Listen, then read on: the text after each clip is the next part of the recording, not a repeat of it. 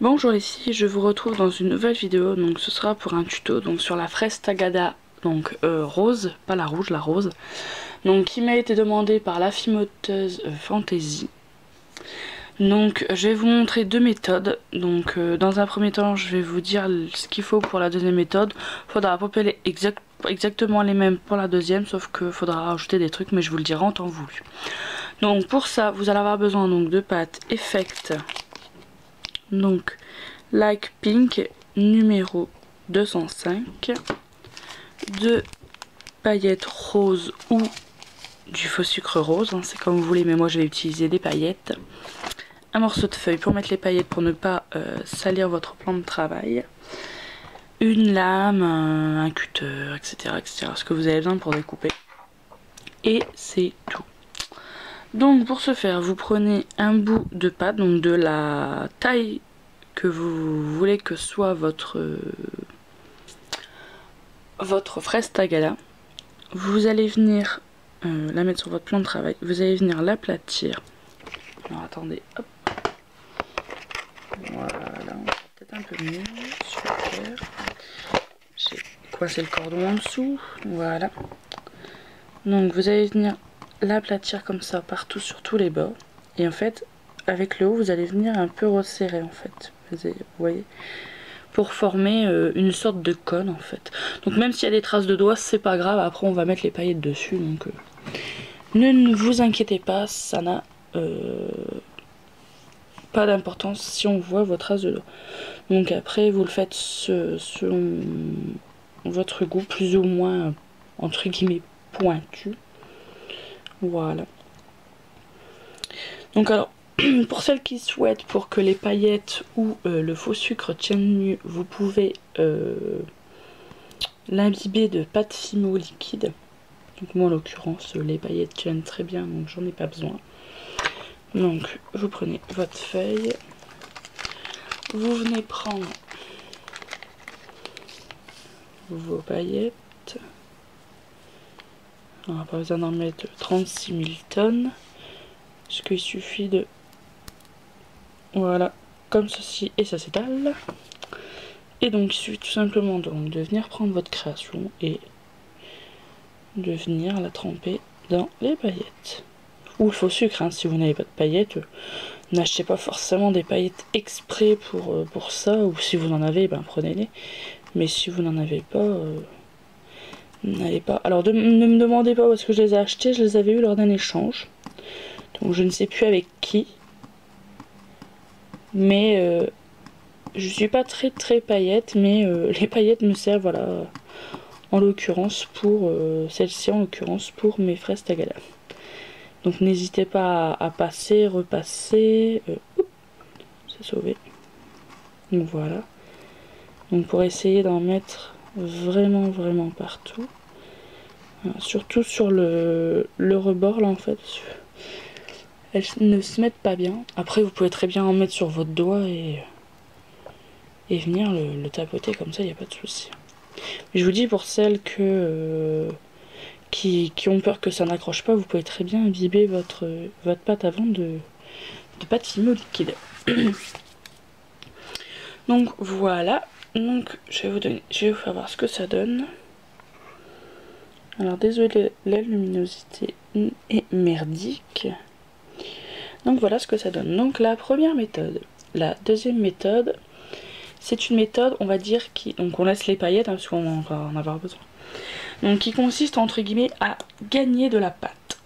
Alors qu'est-ce que j'appelle gagner de la pâte? C'est tout simplement... Ah oui, j'ai oublié de préciser pour cette méthode. Là, je vais pas la faire croquer. Je vais la laisser telle qu'elle entière. Si vous voulez la faire l'effet croquer, en fait, il faudra faire comme la deuxième méthode, sauf qu'il faudra mettre du blanc à l'intérieur. Voilà, du blanc, c'est le numéro 0, je crois. Donc, la méthode qui consiste à gagner de la pâte, c'est de mettre de la pâte Burke. Donc, ce qu'on appelle la pâte Burke, c'est, vous voyez, de la pâte, c'est ma pâte qui ressemble à rien, tout mélangé. Et si vous voulez le faire effet croquer, il faudra mettre du blanc. Parce que forcément, si vous allez faire effet croquer, on va voir ce qu'il y a dedans. Donc, si vous mettez ça, ça va le faire. Donc, vous allez venir prendre de la pâte que vous allez venir étaler. Donc moi en l'occurrence je me sers de ça, mais vous vous servez de ce que vous utilisez pour rouler. Donc vous allez venir étirer la pâte assez finement. Vous voyez, elle est pas super épaisse. Voilà. Je vais même encore l'étaler encore un peu. Et donc vous allez venir prendre votre... Elle est peut-être un petit peu trop... Oui, c'est pas grave, j'en avais fait 2 bouts. Elle est peut-être un petit peu trop fine, on va peut-être voir la pâte beurre à travers. Donc voilà, donc vous allez venir prendre votre pâte et vous allez venir l'entourer. Alors c'est pour ceci. Voilà. Oups. Donc vous vous entourez comme ceci. Alors vous faites bord par bord en fait, parce qu'après au bout d'un moment, ça va faire des... Vous voyez là, ça fait... Il y a trop de pâte, donc vous appuyez comme ça. Donc là, ça fait un petit bec et il suffit tout simplement de... Hop, de l'enlever. Vous ressoudez, si ça fait un petit trou, vous ressoudez et on continue. Hop, on en met bien vers tout. Même s'il y a des petits trous, c'est pas gênant, on repassera dessus. Hop, là on enlève le surplus, le superflu j'allais dire. Voilà, là on fait comme tout à l'heure, ça fait, on colle, on fait comme tout à l'heure, ça fait un petit bec, tac, ça fait un petit trou, c'est pas gênant.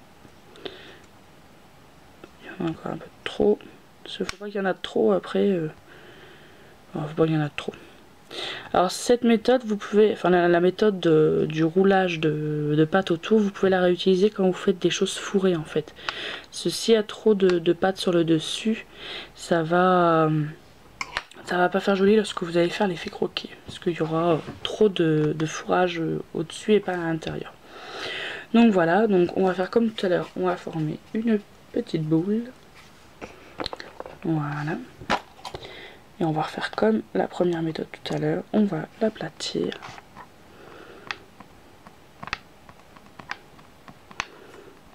On va reformer un petit cône. Alors là en l'occurrence je vais en faire des paires de puces ou de bagues, je ne sais pas encore. Donc si vous faites des paires de boucles d'oreilles, essayez de, comme là à mon avis je pourrais pas en faire une paire de puces parce qu'ils sont pas de la même taille. C'est pas grave, je vais en faire une bague. Enfin 2 bagues en l'occurrence. Ou je ne sais pas, ou peut-être quelque chose pour mettre sur ma lampe, je ne sais pas, je verrai bien. Donc voilà, donc si vous faites une paire de boucles d'oreilles, essayez que c'est à peu près de la même taille. J'ai cru mais non. C'est pas grave, sinon je ferai une paire de boucles d'oreilles avec celle-là, j'en referai une autre. Donc hop. Et là, il suffit tout simplement de repasser tout à l'heure comme dans les paillettes. Donc pareil que tout à l'heure, si vous avez peur que ça accroche, n'hésitez pas à mettre de la fimo liquide.